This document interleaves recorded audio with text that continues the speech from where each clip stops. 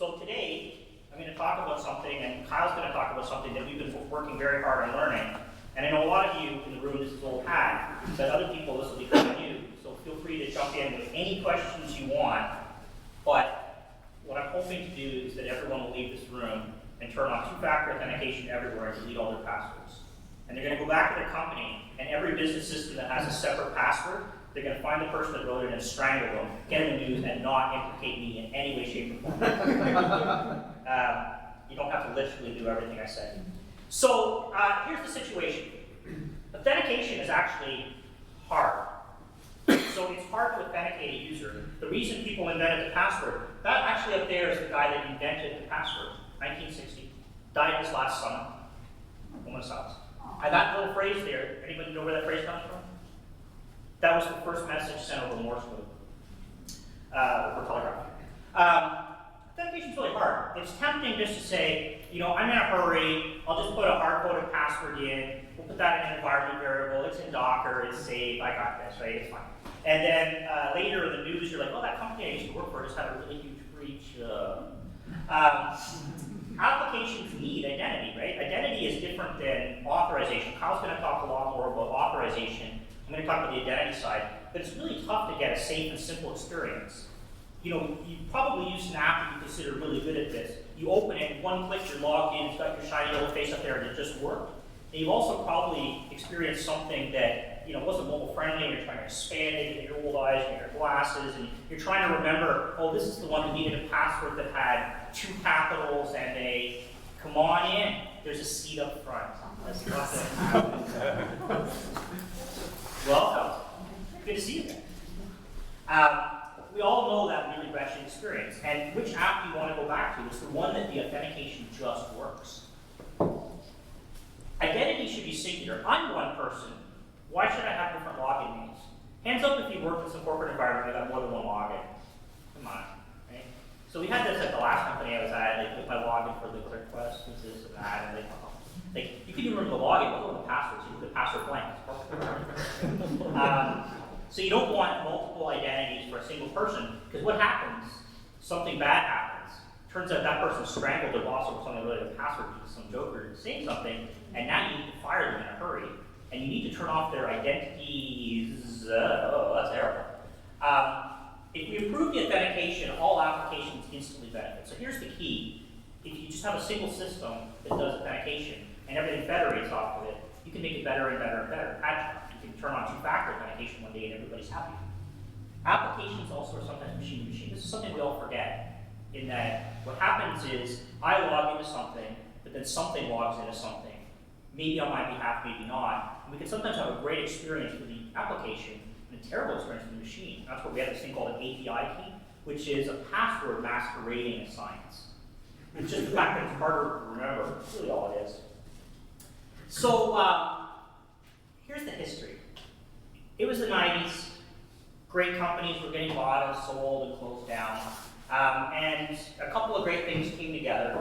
There was this thing called the Liberty Alliance, which was very political in these days. So people saw identity as control of the web. And Microsoft and companies like that felt that they would own the internet and they would own identity. And they created this thing called the Liberty Alliance, which was traditional, big corporate comes together and builds a standard, we're going to own it. And then there was the OpenID set of standards, which is more traditional internet-style things, where a couple of hackers in a room had some pizza and came up with an idea.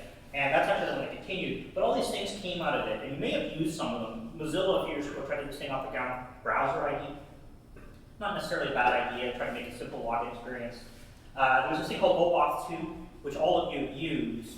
It's a little bit complicated, but anyway, it's now called OpenID Connect. And this concept of power and control, they didn't understand what they were trying to do. They should have been a platform instead of free. They should have been the identity provider for the world. They would have monetized that and made a lot of money. Instead, they tried to make it so only their applications would log in with their identity, and they made a closed system. So then they went on with life, and OpenID was connected to the answer. So, yeah, we've all seen XKCD. We all understand that standards are good, and more standards are not necessarily better. So the user view. The interesting thing about authentication, it sounds very simple. I'm Don. I go to an app and I say, I'm Don. It says, prove you're Don. I say, Bob, and it says, great, you're good. But when the rubber hits the road in the wire, it turns out there's like 400 different flows. Is the app trusted or not trusted? Is it over SSL or not? Is it a third party? Is it a relaying provider? It turns out that for every one of these things, there's a flow for that. It's really complicated. The last thing in the world you want to do is to be inventing your own flow here. Let me tell you, there's no value add in saying, I'm the person that created yet another flow instead of using something from the standard. So we needed a secure, safety way to get the concept of who and what they can do, and then that app can't be breached. If my app doesn't have a password in it, what's the breach? And that's the beauty of our system that we're building, and what I hope you're all building. There isn't a database of passwords, even if they're salted and hashed and this and that and the other thing. There's more chairs here if you want, this side. You can take one of the chairs. I said one of the guests, the church pews. So you really don't want to be inventing something here. You want to make sure your application cannot be breached. It has no password in it. And as an end user, this is the experience nearly everybody sees. Log in with X. Everybody see log in with something? Does anyone choose not to do that when they have a choice? Like if you can log into Google, you should always do that. Some people say it's concentrating my risk, but I'm much happier with the idea of putting a very strong system in place with Google and using my two-factor auth than I am some third-party thing that I've never really heard of having a password in it. I'm much better off. That way I can go to Google and I can turn them off. You can go into Google and say, this thing I previously let log in, I disable that for you. I remove it. So that's really what you want. All the cool kids have something that looks like this, or they use an app on their phone called Authenticator, uses something called time-based one-time passwords. If you don't have one of these, you're using something like Google Authenticator or Authy or so on, you're really doing yourself a disservice. It really is not a complicated experience. Friends don't let friends use SMS for authentication. So there's a big problem at the end of the summer. So up until the end of the summer, famously, Twitter, which had a really great two-factor authentication, allowed you to use TOTP, forced you to also have SMS in the list. And they said, this is secure, this is never going to be a problem. And then their CEO's account got hacked. And a bunch of things that are rather unflattering for a CEO of Twitter to post were posted on Twitter, which is something that a lot of people see. And mysteriously, you now don't have to use SMS in there. SMS was designed by the same type of people who designed SMTP. Anyone ever got spam? Ever wonder how secure that is? This was designed in an era of free love and even freer protocols. It's in the clear, it's on port 25. Whatever you type in, it must be true, right? You wouldn't lie to a nice server, would you? Well, SMS is the telecom equivalent of that. It's relatively simple to do what's called SIM swap. I just need to know one piece of information about you that I can convince that support clerk that's getting paid by how many requests they make per day. Yeah, it's so-and-so, this is my whole address, okay, just But there's also hacks in SS7 that are well publicized. Really, this is what we want people to do. And the user is not always a person or a browser. This is a real problem, is much like the problem with that thing, not sort of playing, but sort of pulsing, which is actually really interesting. Anyway, we've all SSH to some server and then had to prove who we are, and then realized that the stupid tool, we wanted to open a browser, and then we were trying to figure out, do I get SSH-X? Is that how I start the X server with the X auth and make Well, it turns out there's a really great solution to that, and that video really does a great job of explaining it. Really fantastic. If you use gcloud, login, or one of those tools, what it would do is it would say, open your browser to this, and then paste the answer back. It's really simple. You haven't lost anything.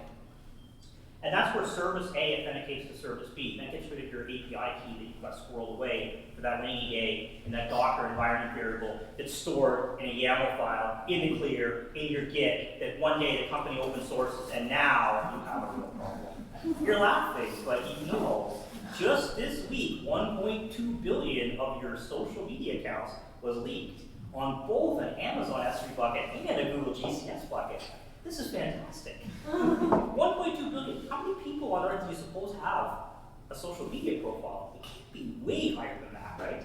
50 for every question. Anyway, there's a flow for everything. There's a flow for everything. I'm bummed about that video. I don't really know what to do about that. Anyway. We'll have a moment of silence for the lovely video. So history's over, let's talk about today. When we started this company, we built this really great demo called the sock shop for standard microservices app, A talks to B, B talks to C, all kinds of flows going on all over the place. And we used that to learn about how to and not to do a bunch of stuff. And it gave me the idea, our logo was this sort of shield with the compass on it, like east-west threads. And you can see there's a lot of flows that go east-west, they're not directly user to system. So imagine you've got user to your API, that's HTML, right? So we're all using TypeScript or React or Angular or Vue or those types of things now. And your front end was directly talking to your APIs. It's all easy to imagine. The user's logged in, they've got a key, it's in the browser, it's somehow securely cookie, something else. But then we've got the back end then talks to something else in the system. And usually that's done, one flow causes another and it can pass that through. But then we get this problem of system to system. What if the user creates like a cron job and it runs every hour and they're no longer logged in? Like, how do you do that? So machines are acting on your behalf, and this is actually the problem we have today.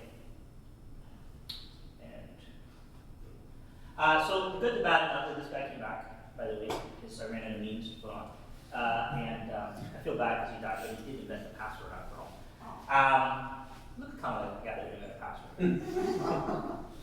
So a lot of the systems have a really great front end. Everybody's used a system with a great front end login profile experience. Gmail, it's pretty good, right? But some of them suck. They use HTTP basic. Hands up if you use something with HTTP basic in the last month. That's the one where the browser pop-up comes on. There's no HTML. It's just this thing, and it says realm, and you're like, what's a realm? And it'll be something awful, it'll be like realm internal, or realm block, and then username password. And you're like, I should type in a username and password. What's that going to do? It's going to pass it using the incredible encryption method of base64.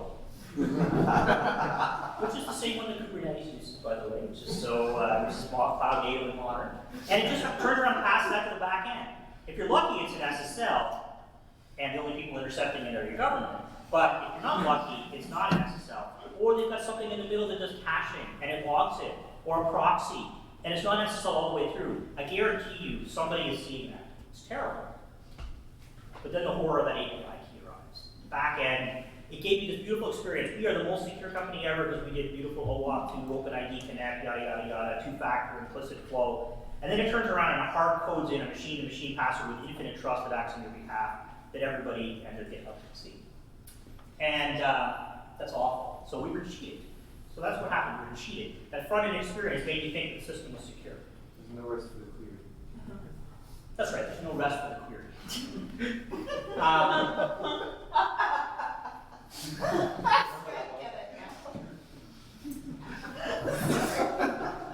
Best part is she doesn't really, because she doesn't know what rest is. But I know what query. Or would you care to explain what rest is? Me too. There's soap and there's rest. Open API allows a bearer. Oh, that's a great video. It really is a shame because this really is a great video. And I don't know what to do about it. Anyway, this is the one where you get chocolate and peanut butter, and it's a commercial we all saw as kids, and they're like, oh my, you got chocolate, my peanut butter, you got peanut butter, my chocolate. You might have seen the Saturday Night Live when there's fish and something, but it's really good. So it's two great things that go well together. Open API, which you're probably all using now, allows you to have this thing called bearer authentication. And it's something magic that you put on the path, and it isn't an API key, it's usually JWT. JWT allows transmission of that. This is how you handle claims around these systems. And then you can get all the way from the user to the UI path, all the way through, and then the east-west calls start to happen, and Kyle is going to talk about how that works. Because that part's a lot harder. I'm just talking about the easy stuff right now, and why my videos don't work. The other thing that we've done, and this is something I would encourage all of you to use in your systems, we use, I call it facade pattern. So we have, I don't even know how many things, we have a bunch of stuff that we use that only we should use, and it's kind of hard to secure, and we're kind of worried about putting it on the internet. And a lot of people were talking about VPNs or kube control port forward or so on. And I'm talking about Prometheus, I'm talking about Kibana, I'm talking about Elasticsearch, I'm talking about Alert Manager, I'm talking about the Druid console. There's no reason that anyone other than us should have access to it, even a specific set of us.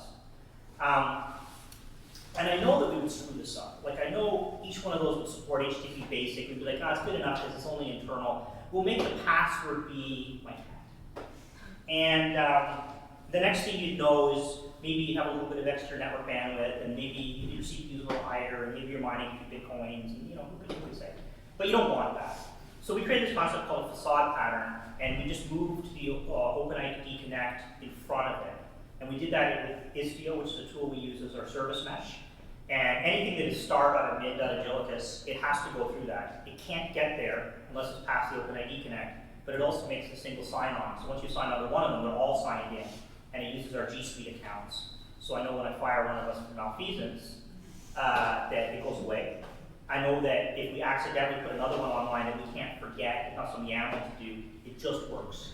And it was really, really simple, and all we had to do was learn a little bit of Lua, which is all the Lua I care to ever learn.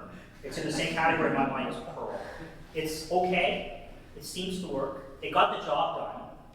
Writing Lua in YAML was perhaps not what I would have chosen to do. It's really hard to do the indenting. I'm just showing you this.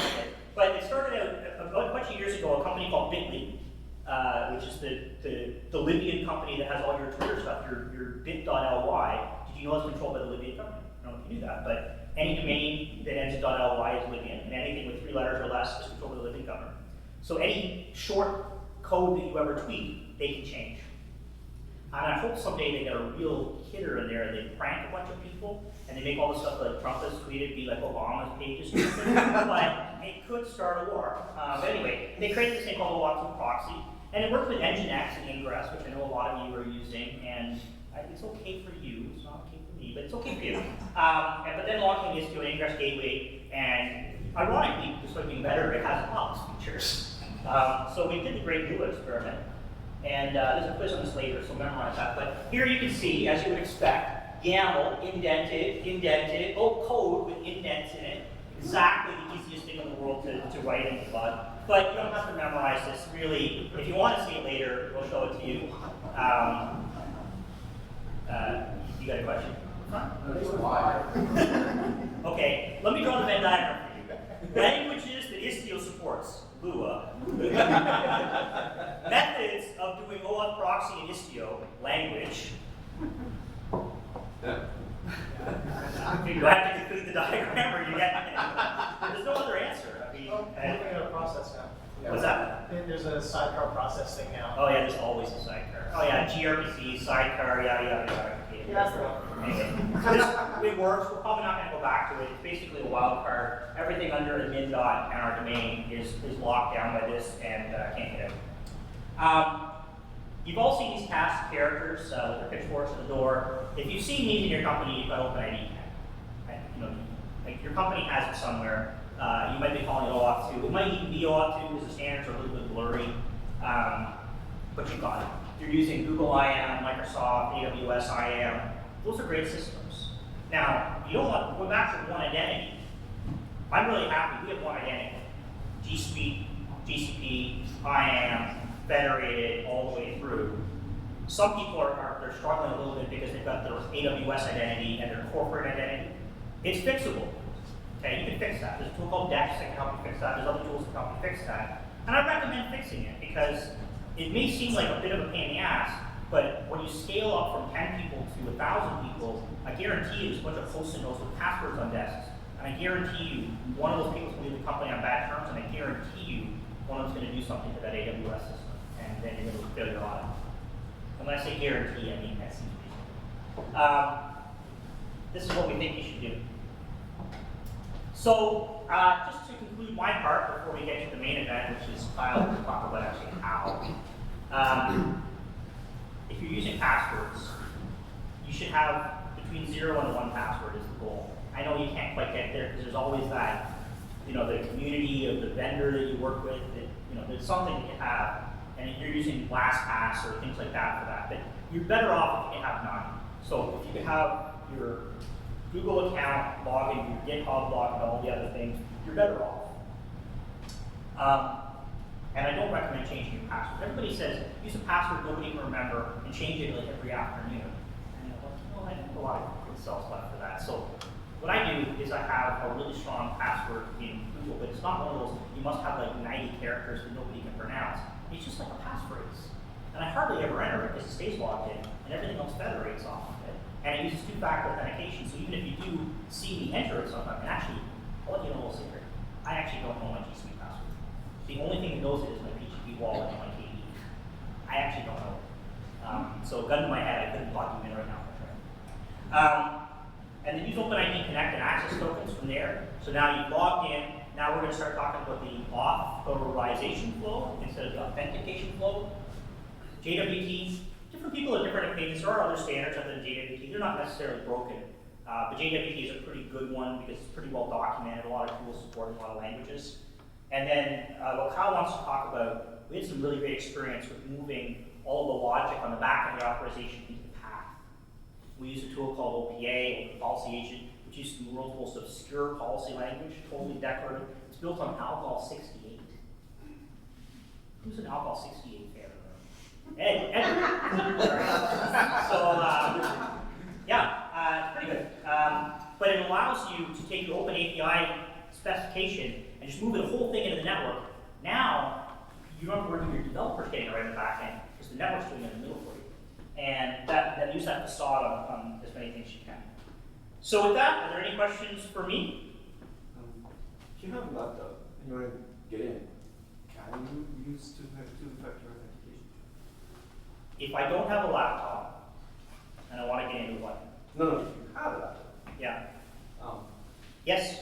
So my desktop over there, if you want to see later, you cannot log into my desktop without my YubiKey. So that's done. So mine's done at the level of PAM. It's done as it unlocks the entire encrypted drive. So you can't see the contents of my drive without a password, but then you can't log in any way, shape, or form without that key, or get access to the root drive.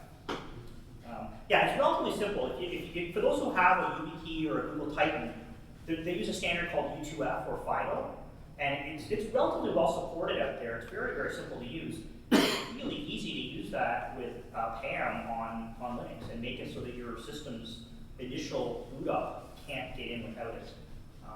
But also it's on my KDE login screen. You can't log in after it's booted up without that either.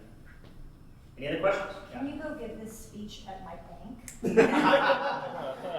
If your bank would look at my blog, I've already given them this speech, and boy was I mad. Sidebar. When you start a company, there's a bunch of steps you have to go through, one of which involves doing a video conference with India with somebody with cameras, somebody's on the side, and you turn your side way, and then they go sideways again. Not a word of a lie. The branch can't do it. You get that set up, and then they're like, okay, if you're going to ever do a transaction that's more than $5,000, you need a secure ID file. I'm like, great. I'm not a big fan of secure ID files, but they work. Big, bulky, and so on, but they work. I'm like, great. And you have to pay $50 for it. I'm like, okay, fine, I'll pay $50 for it. If you ever lose, you go with us for $50. Okay, fine. And by the way, the company can only have one. I'm like, fine. Okay. And it can only be mailed physically to the branch. Fine. Can't do any transactions over $5,000. Anyone guess what the rent for a place like this is? $7,500. Okay, they're 90. So I go to the branch and they email me, your key is in. I go to the branch. They're like, I don't know what you're talking about. I'm like, it's about this. I don't have a picture. It's about this size. You know, and they're like, is it checkbooks? I'm like, no. It was physically mailed to you. Not. They're like, why didn't you mail it to your house? I'm like, I don't know. Finally, in disgust, I get a bank draft for my rent, which I then physically go over to TD in my bike and deposit to my landlord. I go back the next day. Yeah, this mail. They're like, yeah. And they spend 45 minutes looking in like drawers all over. They send me home. As soon as I get home, they call me. Oh yeah, we have it. I come back. Canadian banks don't have two-factor authentication. They have what they call personal verification questions. What street did you live on growing up? What was the name of your first pet? So I lie to those things. So I have a different sheet written down. It's in my GPG wallet. And so the answer to what was your first pet is not what you would think. You haven't done some screw. I would say that if I were to die right now, there's quite that I haven't set up to be able to get into it. I need a hacker. So why is it that GitHub has two-factor authentication and fesses up if there's a breach, but then you have something like Tangerine that's breached and just is absolutely quiet and still doesn't have two-factor? Why does RBC, the biggest bank in Canada, not have two-factor authentication? And why couldn't they find my key, despite the fact it's not that big in the place? Like, where are they squirreling away stuff that is it checkbooks? No, it looks like, I don't know. I didn't know why I didn't think of bringing a picture, but it wouldn't help, because they're looking for an envelope. They're not looking for that. Oh, guess worse. RBC passwords are case insensitive. I don't know. I know at least one bank that is. RBC does. I know. I realized that when I changed my password because I was. It makes you wonder about the hashing algorithm on the back of that that's case insensitive. It really does. I wonder how that salt works. Other banks silently truncate the passwords. Tangerine holds a 6-digit code. Well, it gets even worse. The second thing you do after you set up a company is you realize that your staff are going to want to get paid. You have to go get an accounting system. And your accounting system has to be able to log into your bank. And do you know what it does? It asks you for your password and then your 3 personal verification questions, which it stores in clear text because it has to supply them in clear text to your bank. It has to supply them in clear text to your bank, which it scrapes the HTML for. Now, thank you for asking, Hannah. I would be absolutely willing to come and talk to anyone at a bank, and it's all in my blog. When I opened a support ticket with this, their answer was, we have 2 factors, we have personal verification. I explained to them why we didn't. The support agent explained to me why I was wrong. I didn't feel it was my job to go further. One of the two of us is an expert in this field. I don't know if I'm necessarily an expert, but I was pretty sure I was right on this particular case. Let's try this 2-factor off, and they're going to become a bank soon. Oh. Yeah, but I mean, I need to be able to go to a bank machine in a different country. I need to be able to clear, there's reasons you use the big banks, but it turns out that maybe security isn't as big a one as you thought. So Bitcoin. That's why you have a 4-digit password. As a legitimate company, we do not use Bitcoin for anything. So your GPT wallet, you have a password for that, right? And The GPG wallet is a two-factor, and it's easy to back up because you can just SCP it around. It's an encrypted wallet. It's my storage. It's my LastPass because it's integrated into KDE. you have a password for that, and a second factor to open the wallet. Yeah, that's right. So the wallet opens when I open my session, and it stays open. And if I need like a SSH into something, it's my SSH agent. It's relatively easy to do. Like it's pretty seamless. Different people have different opinions whether a fingerprint is a 2-factor or not. There was a great story a few years ago. Some security guy gets off and says, fingerprints are the way to go. And he's like, fingerprints are the way to go. And they take a picture of it and it's printed in a newspaper. And somebody gets some sort of 3D printer and they print they enlarge this thing, not worth a lot, from a newspaper print. They print it, and they print it on like plasticine or something, and they opened his phone with it. But then we just saw the other day that Samsung, they implemented that really cool in-screen capacitive sensor, and it turns out that you just have to have a finger on that. It doesn't have so they're doing some software effects, and I'm sure they'll be able to fix that. Some of them that I've used are a little bit fancy. They know that there's blood flowing, so they actually can detect it alive. I like that. Not a dead hand. So that you don't Okay. snip, take the finger away. Like all the movies you've seen with some bloody thumb opening the door. There are systems like that. I used to believe a lot in fingerprint sensors, and this phone has been a little puzzled because this phone is radar photo oriented. So it recognizes my face based on shape. Someday I'm sure I'm going to read about that in the newspaper too. Any other questions for my